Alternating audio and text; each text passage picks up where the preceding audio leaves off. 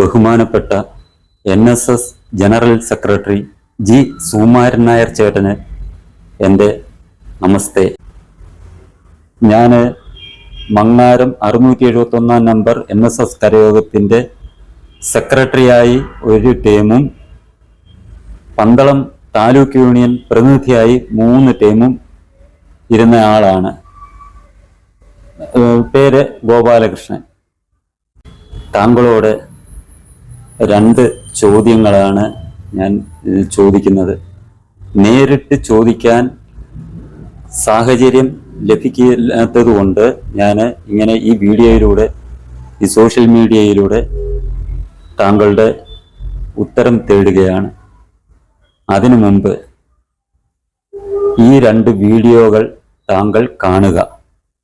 ഒന്നാമത്തെ വീഡിയോ. ബ്രാഹ്മണന്റെ മക്കൾ ബ്രാഹ്മണ യുവതിക്ക് ഉണ്ടാവുന്നതിനെ പറ്റിയല്ല, പുറത്ത്. മനസ്സിലായില്ലേ? അതുതന്നെ മഹത്തരമാണെന്ന് പറയുന്ന ഒരു സംസ്കാരം, ആർഷഭാരത സംസ്കാരം, അതിന് കൊടുക്കുന്ന പേര് സനാതന ധർമ്മം. വിവാഹം കഴിഞ്ഞാൽ 1-ാമത്തെ ദിവസം യജമാനന്മാരുടെ വീട്ടിലേക്ക് ആ ചെറുപ്പക്കാരൻ ഈ സ്ത്രീയെ കൂട്ടിക്കൊണ്ടുപോകണം. അന്ന് അവിടെ അന്തി ഉറങ്ങിയിട്ട് അവന് തോന്നുമ്പോഴാണ് പിന്നീട് ഭർത്താവിന്റെ വീട്ടിലേക്ക് തിരിച്ചയക്കുക. സനാതനധർമ്മം. ഈ ധർമ്മത്തെയാണ് സനാതനധർമ്മം എന്ന് പറഞ്ഞത്. ഇത് 2ാമത്തെ വീഡിയോ.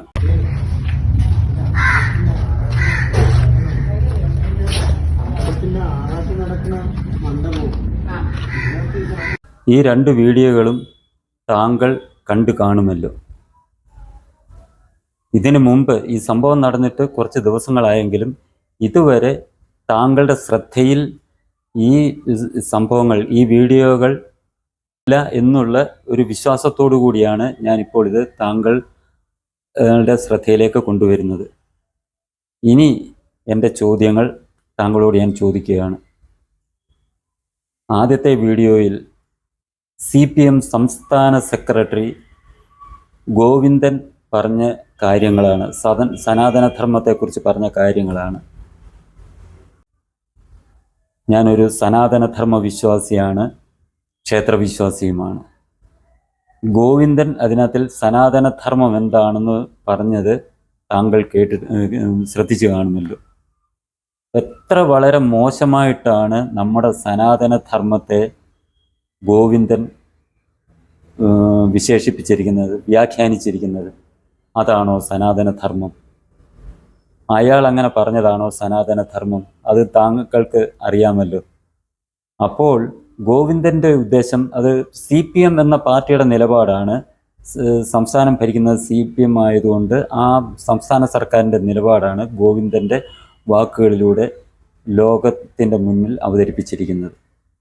ഇത് ശരിയാണെന്ന് താങ്കൾ അംഗീകരിക്കുന്നുണ്ടോ?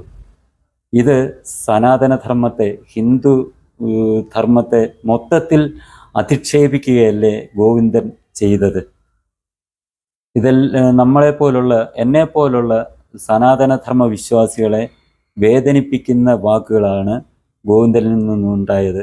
ലോകത്താകമാനമുള്ള ഹിന്ദുധർമ്മ വിശ്വാസികളെ, സനാതനധർമ്മ വിശ്വാസികളെ, ആർഷഭാരത സംസ്കാരത്തിൽ അഭിമാനിക്കുന്നവരെ ഒന്നടങ്കം അപമാനിക്കുകയും അധിക്ഷേപിക്കുകയല്ലേ അദ്ദേഹം ചെയ്തത്? ഒരു ചോദ്യം അത്. രണ്ടാമത്തെ വീഡിയോയും താങ്കളുടെ ശ്രദ്ധയിൽ ഇപ്പോൾ വന്ന് കാണും. അതിനകത്തിൽ എന്താണ് സംഭവിച്ചിരിക്കുന്നതെന്ന് ശ്രദ്ധിച്ചു കാണുമല്ലോ. നമ്മുടെ ശ്രീ പത്മനാഭസ്വാമി ക്ഷേത്രത്തിലെ ആറാട്ടു മണ്ഡപത്തിനെ അപമാനിക്കുകയും അതിൻ്റെ പവിത്രതയെ നശിപ്പിക്കുകയും ചെയ്യുന്ന സംഭവമാണ് ആ വീഡിയോയിലുള്ളത്.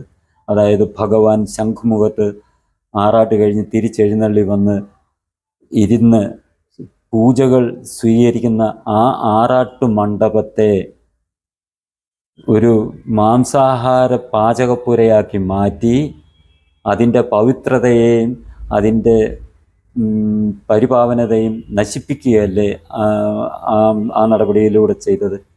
ഇതാരാണ് ചെയ്തത്? ഇതും CPM ഭരിക്കുന്ന തിരുവനന്തപുരം കോർപ്പറേഷനും സംസ്ഥാന സർക്കാരുമാണ് ഇത് ചെയ്തിരിക്കുന്നത്. ഇത് എല്ലാ ഈശ്വരവിശ്വാസികളും, ഞാൻ നായർ സമുദായാംഗങ്ങളുടെ കാര്യമാണ് ഞാൻ പറയുന്നത്, നായർ സമുദായത്തിലെ മഹാഭൂരിപക്ഷവും സനാതനധർമ്മ വിശ്വാസികളും ഹിന്ദുമത വിശ്വാസികളും ക്ഷേത്രവിശ്വാസികളുമാണ്. അങ്ങനെയുള്ള നായർ സമുദായത്തിലെ മഹാഭൂരിപക്ഷത്തിൻ്റെയും അഭിമാനത്തെ കളങ്കപ്പെടുത്തുകയും അവൻ്റെ വിശ്വാസത്തെ ഹനിക്കുകയും ചെയ്യുന്ന നടപടികളല്ലേ ഈ രണ്ട് സംഭവങ്ങളിലൂടെ നടന്നിട്ടുള്ളത്. എന്നിട്ടും താങ്കളുടെ ശ്രദ്ധയിൽ ഇത് പെട്ടിട്ടില്ല എന്ന് ഉള്ളതുകൊണ്ടായിരിക്കാം താങ്കൾ പ്രതികരിക്കാതിരുന്നത് എന്ന് ഞാൻ വിശ്വസിക്കുന്നു. ഇപ്പോൾ ഇത് താങ്കളുടെ ശ്രദ്ധയിൽ പെട്ടു കാണുമെന്നും ഞാൻ വിശ്വസിക്കുന്നു. ഇനി താങ്കളുടെ ഇതിനെ കുറിച്ചുള്ള അഭിപ്രായമാണ് ഒരു സനാതനധർമ്മ വിശ്വാസിയായ നായർ സമുദായാംഗമായ ഗോപാലകൃഷ്ണൻ എന്നു പേരായ ഞാൻ കേൾക്കാൻ ആഗ്രഹിക്കുന്നത്.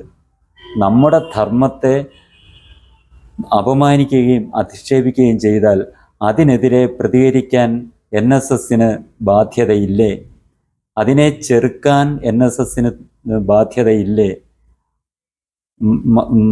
മഹാനായ ഭാരതകേസരി ശ്രീ മന്നത്തു പത്മനാഭൻ, നമ്മളെല്ലാം ബഹുമാന പുരസരം സമുദായാചാര്യൻ എന്നും മന്നത്തപ്പൂപ്പൻ എന്നും വിളിക്കുന്ന ആ മഹാത്മാവ് ഈ NSS എന്ന പ്രസ്ഥാനം രൂപീകരിച്ചത് തന്നെ നായരുടെ കൂട്ടായ്മയ്ക്കും നമ്മുടെ ധർമ്മത്തിനും അല്ലെ സമുദായത്തിനും എതിരെ വരുന്ന ഇതേപോലുള്ള അതിക്രമങ്ങളെ ചെറുക്കാനും ചെറുത്ത് തോൽപ്പിക്കാനും ഉള്ള ഉദ്ദേശ ലക്ഷ്യത്തോടു കൂടിയാണ് എന്നാണ് ഞാൻ വിശ്വസിക്കുന്നത്.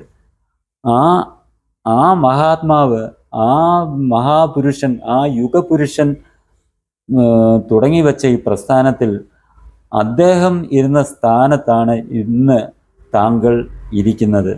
അതുകൊണ്ട് ഞങ്ങൾ ഓരോ NSS സമുദായാംഗങ്ങളുടെയും ആഗ്രഹവും താല്പര്യവും താങ്കൾ ഇതിനെ പ്രതികരിക്കും, ഇതിന് മറുപടി കൊടുക്കും എന്നുള്ള ഒരു വിശ്വാസത്തോടെയാണ് ഞങ്ങളിപ്പോൾ ഇരിക്കുന്നത്. അത് നടക്കും, അതിനെ അങ്ങ് ചെയ്യും എന്നുള്ള ഒരു വിശ്വാസത്തോടു കൂടി ഞങ്ങൾ പ്രതീക്ഷയോടുകൂടി കാത്തിരിക്കുകയാണ്. അങ്ങ് താങ്കൾക്ക് എൻ്റെ നമസ്കാരം.